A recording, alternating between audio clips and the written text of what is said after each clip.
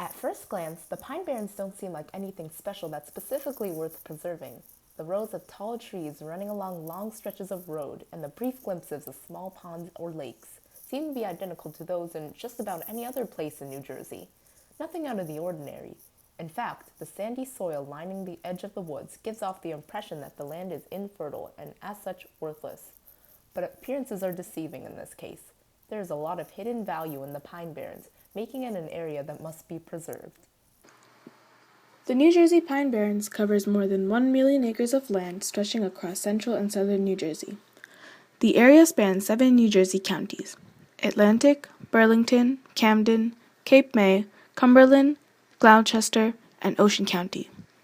The Pine Barrens contains a very unique system, and its significance has been recognized nationally since it was designated as the Pinelands National Reserve in 1978, and internationally since it was designated as the United Nations International Biosphere Reserve in 1983. The value of the New Jersey Pine Barrens comes from its large aquifers, acidic soil, and unique plant and animal species. The soil of the Pine Barrens is very different from a typical northeastern forest. It is largely made up of sand, large rock, and mineral particles.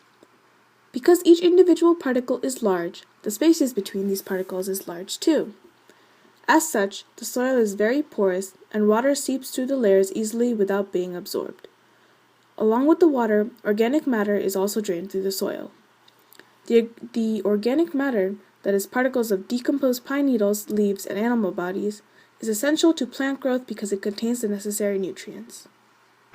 In case someone doesn't remember the significance of organic matter in plant growth and development, let me explain. Plant growth is dependent on the amount of nutrients the plant receives. Some of the main nutrients they need are potassium, phosphorus, and nitrogen. Their main source of nitrogen comes from the nitrogen cycle. For plants to utilize nitrogen, it has to be in the form of a nitrate, ammonium, or ammonia.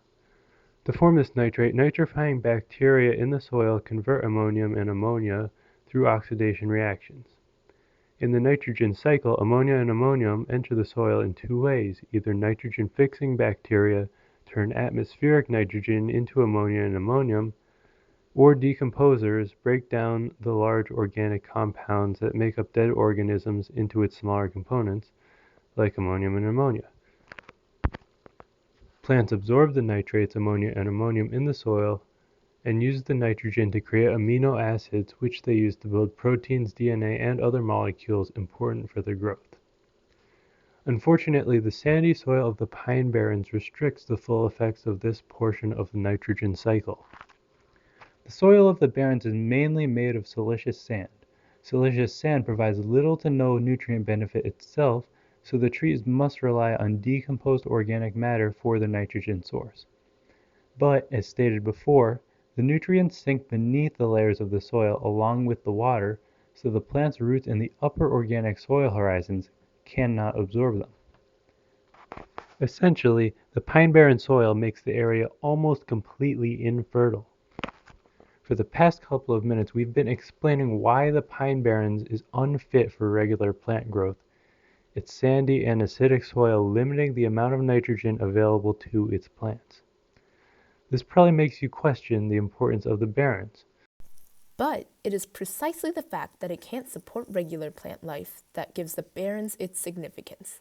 The lack of available nutrients in the soil led to interesting evolutions in plant life, resulting in many unique species. Some such species include carnivorous plants like the bladderwort and the pitcher plant, which eat insects for nutrition instead of absorbing them from the soil. Another example is the pygmy pitch pine, which has stunted its own growth, only growing 4 to 5 feet tall as protection from the wind, and more importantly, to conserve resources by not growing as tall. The Pinelands is home to 855 species of plants and over 350 types of birds, mammals, reptiles, and amphibians. Some are unique only to the Pinelands, and 43 of these species are threatened or endangered.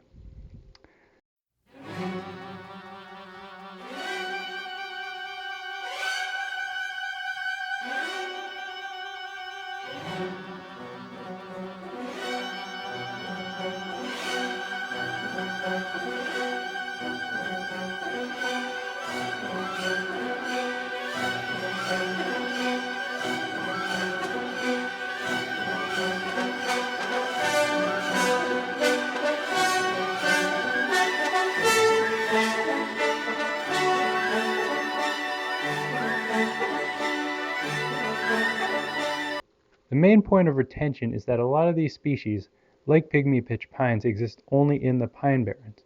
Losing the pine barrens to deforestation and urban sprawl will take away the habitats of these species, and the Earth's biodiversity will be lowered greatly. To get a better understanding of the effects this would have, we went to Wells Mills County Park, a part of the Pine Barrens, where a nature enthusiast explained to us the price of losing even one species. If that disappears, that turtle disappears. If that turtle disappears, then something that eats that turtle will disappear. Around this area, you have osprey, you have kestrel, which are a type of a hawk. You have owls, screech owls. The kestrels live in the screech owl nests. Okay. Screech owls have their babies in the wintertime. Kestrels use the screech owl nest in the summertime. Okay. These things, that they're all necessary for each other. If one disappears, now the kestrels can't live because they don't have screech owl holes. Right. There's a lot. I think the biodiversity is very important for the earth itself, survival of the earth itself. Absolutely. Yeah. So that's why everything ties in together. Yes.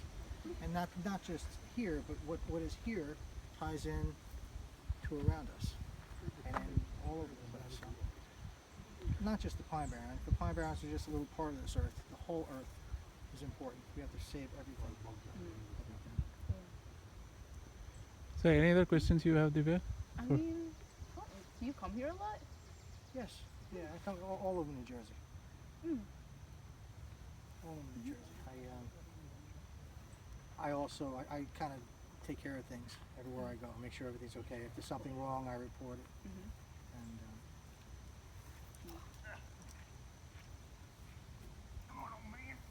we're trying to help her right now because she built her nest Okay. directly inside of a trail, fenced trail.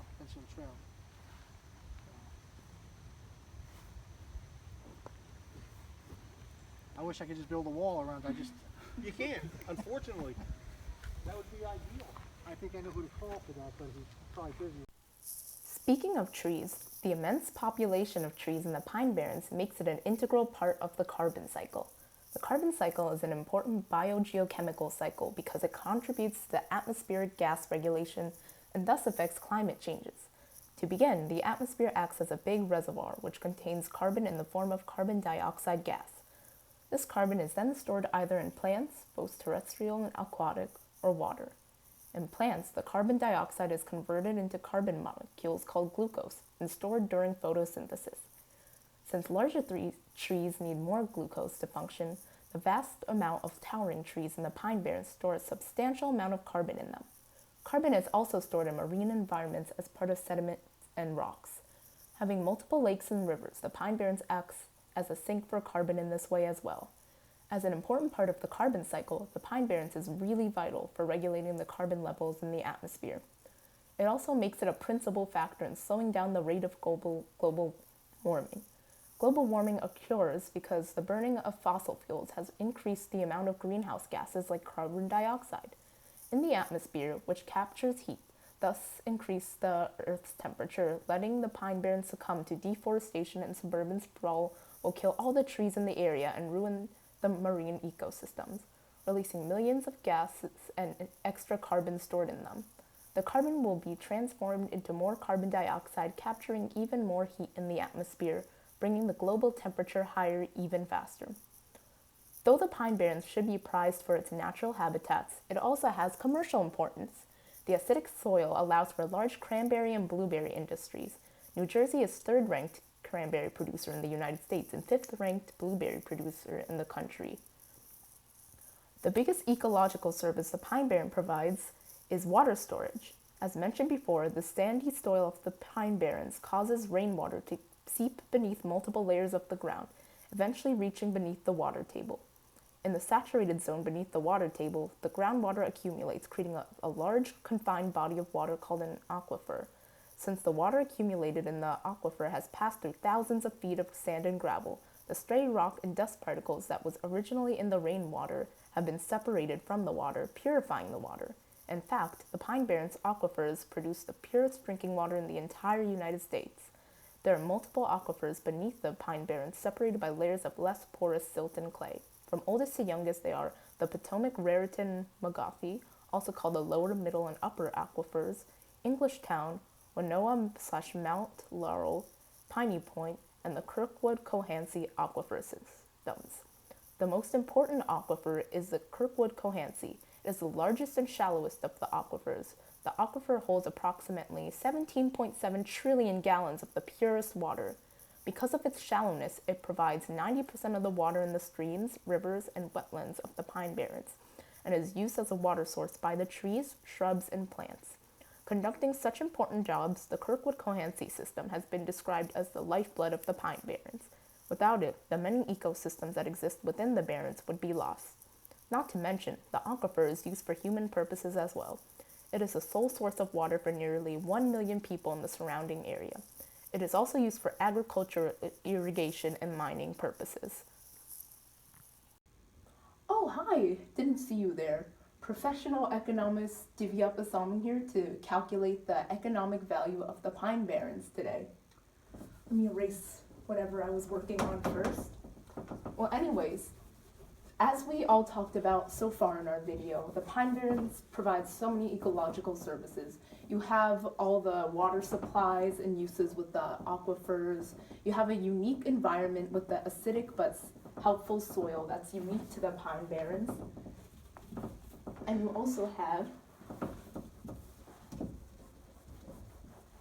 the use with the nitrogen and carbon cycles, which prevent a lot of the greenhouse gas and global warming accumulation in the atmosphere in New Jersey. Also, along with that, you have lots of pollination due to the forest fires that occur often in the Pine Barrens, which help release the spores and seeds for lots of plants unique to the environment there. Along with this, you have different commercial industries that thrive because of resources in the Pine Barrens, such as the cranberry and blueberry industries. This is the most this is going to go away, but this should be enough for our calculation purposes.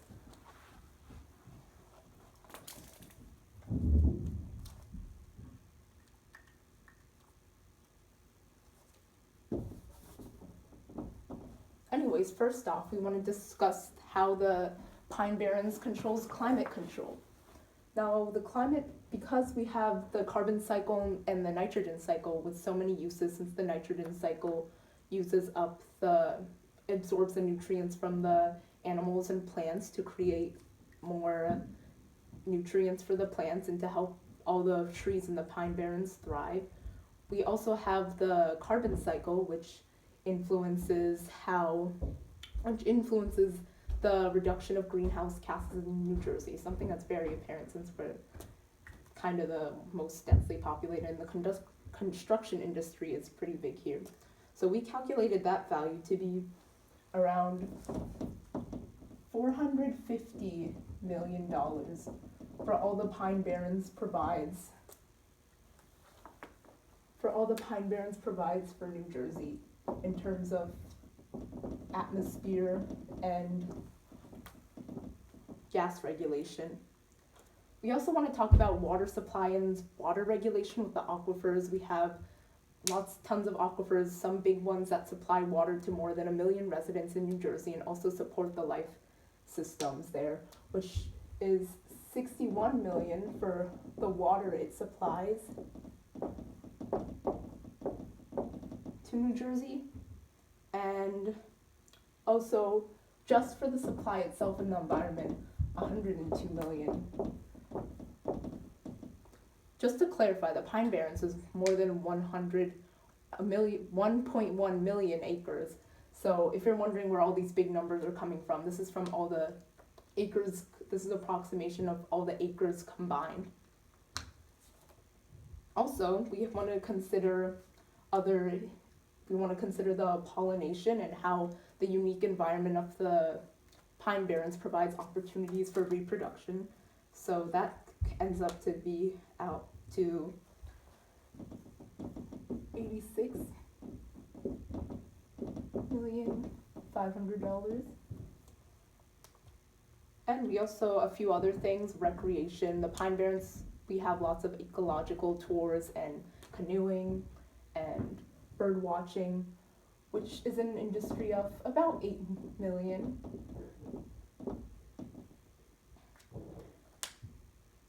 We also want to consider nutrient cycling and how the pine barrens, the unique soil and the decomposing that occurs where the plants get the nutrients from the decomposing other plants that are decomposing and the decomposing animals. And with that unique environment, we add another $63 million to our estimate.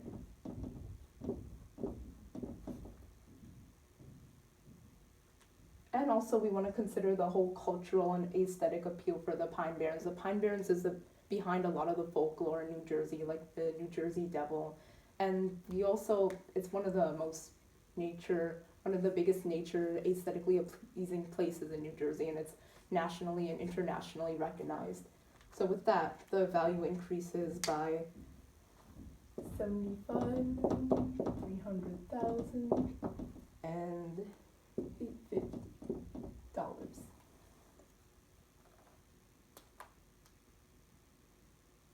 We also want to consider how the Pine Barrens is another ecological service it provides with the different trees there and the unique environment and refuge they provide for many of the animals there, quite a few of them which are endangered and threatened. And that total cost comes, adding that is $43,800, considering all the animals endangered and threatened in their economical values. Though the Pine Barrens has its own merits as an ecological system that needs to be protected at all costs, there are ways to make it even more valuable. One such way is to fix the problem of the low nutrient soil that we've mentioned numerous times in this video already. While we said before that all the decomposed organic matter sinks through the sand, this is not technically true. Most of the organic matter is small enough to sink through the soil, but actually one compound remains. The soil still contains a lot of nitrogen in the form of a highly polymerized, highly condensed organic compound called humin. But since humin is such a large and dense polymer, it is insoluble and resistant to microbial attack, so it cannot be broken down into the smaller nitrogen compounds, like nitrates, ammonia, and ammonium, that plants can actually absorb.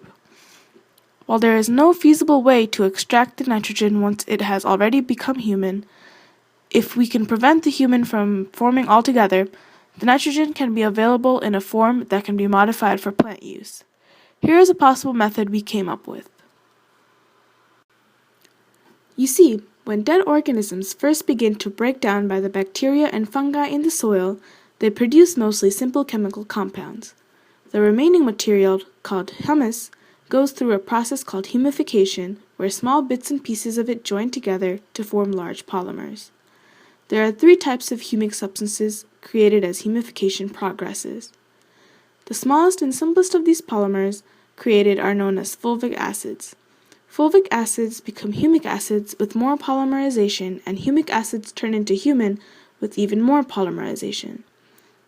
The synthesis of these polymers is partly the result of the enzymes from the microorganisms in the soil.